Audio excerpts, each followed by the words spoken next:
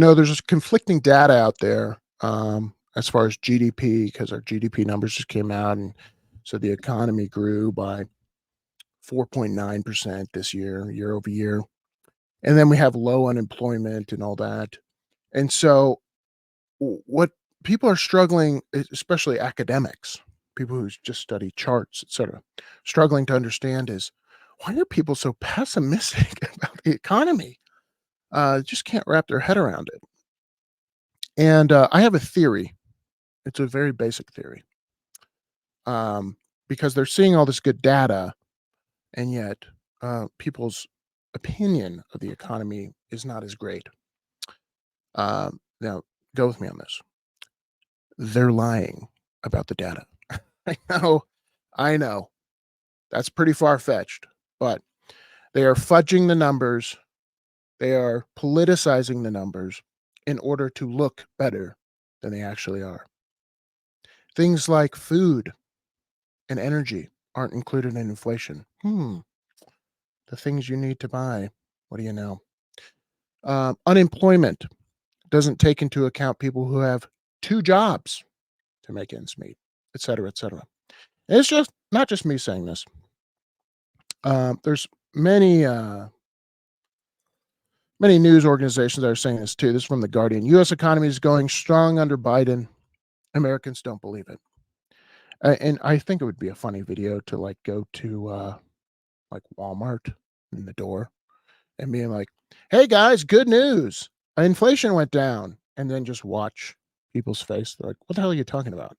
My groceries have gone up every month for the last 2 years." And you're like, "Wait, you didn't see the data though? The data says that you're living better than you were 2 years ago." No, it's the economy, stupid. It always has been. In the article, it says here, the U.S. has roared back. They love those big words. Roared back from COVID recession by official measures. Again, I know it's a simple explanation, but they're lying about fudging the numbers. But 2/3 of Americans are unhappy about the economy, despite consistent reports that inflation is easing and unemployment is close to a 50-year low. Keeping in mind, people are working 2-3 jobs to make ends meet. Republicans and independents are more likely to incorrectly believe that unemployment rate is near a 50-year high. It's political, bipartisan crap, but okay. The lack of confidence in the economy has many academics and politicians puzzled. We told them that they're living better and that inflation's going down. That doesn't mean prices, by the way. Just the rate of prices going up is going down. Okay. But we told them that, and they don't seem happy. Aren't they happy? Look at the data. Oh, man. Some have blamed the U.S. polarized politics, and this was illustrated in the poll, but Harris data also shows that fears are widespread and reinforced by disbelief of or ignorant to the official figures and mistrust of the media reporting them. Also, we have eyeballs, and we go shopping, and we fill up our tank. Okay?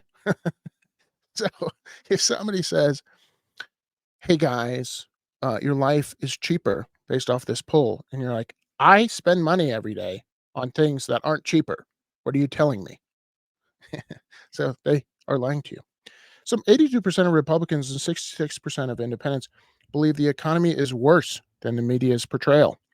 Yes, because they're selling lies. But nearly half of Democrats, that's a big one, 49%, also said the media view of the economy is too favorable. It's too favorably. Okay. There's another thing you guys should think about in the media and stuff. They have this Cantillon effect where they live in this bubble. And you could be experiencing this too, where you're like, life seems pretty fine here. Trust me.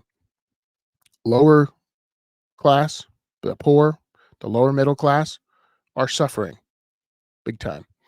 They have not gotten massive raises, and their expenses have gone up bigly. Okay. Biden supporters have launched I love this, 13 million advertising campaign extolling the president's economic achievements, which include a landmark $1.2 trillion infrastructure and climate bill, massive investments in domestic microchip production, and green energy solutions. His legislative action are predicted to create 1.5 million jobs per year for the next decade. Hey guys, ask yourself this. If the government creates a job, is it an actual job? Is it a net benefit on the economy? Because where does the government get the money? They either print it or they tax it. They're taking money out of the economy to create a job, whether it's productive or not. But my point here is if you pay attention, if you're an information junkie like me, and you pay attention and you're like, okay, the ball's going to drop any moment now. Here comes the bad news. And then the news comes out and you're like, wait a minute, 4.9% GDP. And then months later, they revise it down. Same thing with unemployment numbers. People are having a hard time, academics mainly, squaring that circle. Everyone's pessimistic about the economy. And by everyone, I mean people in the economy. But academics are saying, wait, you should be loving this economy. It's the best. I think their nose is so far into a book and data, and they're not looking outside. The world's burning. And they're reading a book and they're like, the data says it's fine. What would be your conclusion if you look outside and the world's burning, but the data says it's not? Maybe the data and the people providing it are lying. It's really not that complicated. Or at least changing and manipulating the data to not really tell the truth, to not set a barometer. Like if you're calculating something, you're trying to measure it, you have to keep that measurement fixed. But if you keep changing the measurement, CPI example, then you can always distort it to benefit whatever narrative you're trying to preach. So if they keep changing it, keep changing the data and the way they measure it, maybe they're not lying, but they're obfuscating the truth on purpose to politically make it look better for them. Let me know if you think these government numbers are lies or intentionally obfuscating the truth. That's what I think. Because I look outside, I mean, the world's not burning, but I see and I hear the water cooler talk. People are having a hard time making ends meet. And what happens in a 70% consumption economy when people don't have as much money to consume? Yeah, I think the economy is in the gutter. That's what's happening. All right, thanks for watching. Thanks for listening. See you guys in the next one. Peace.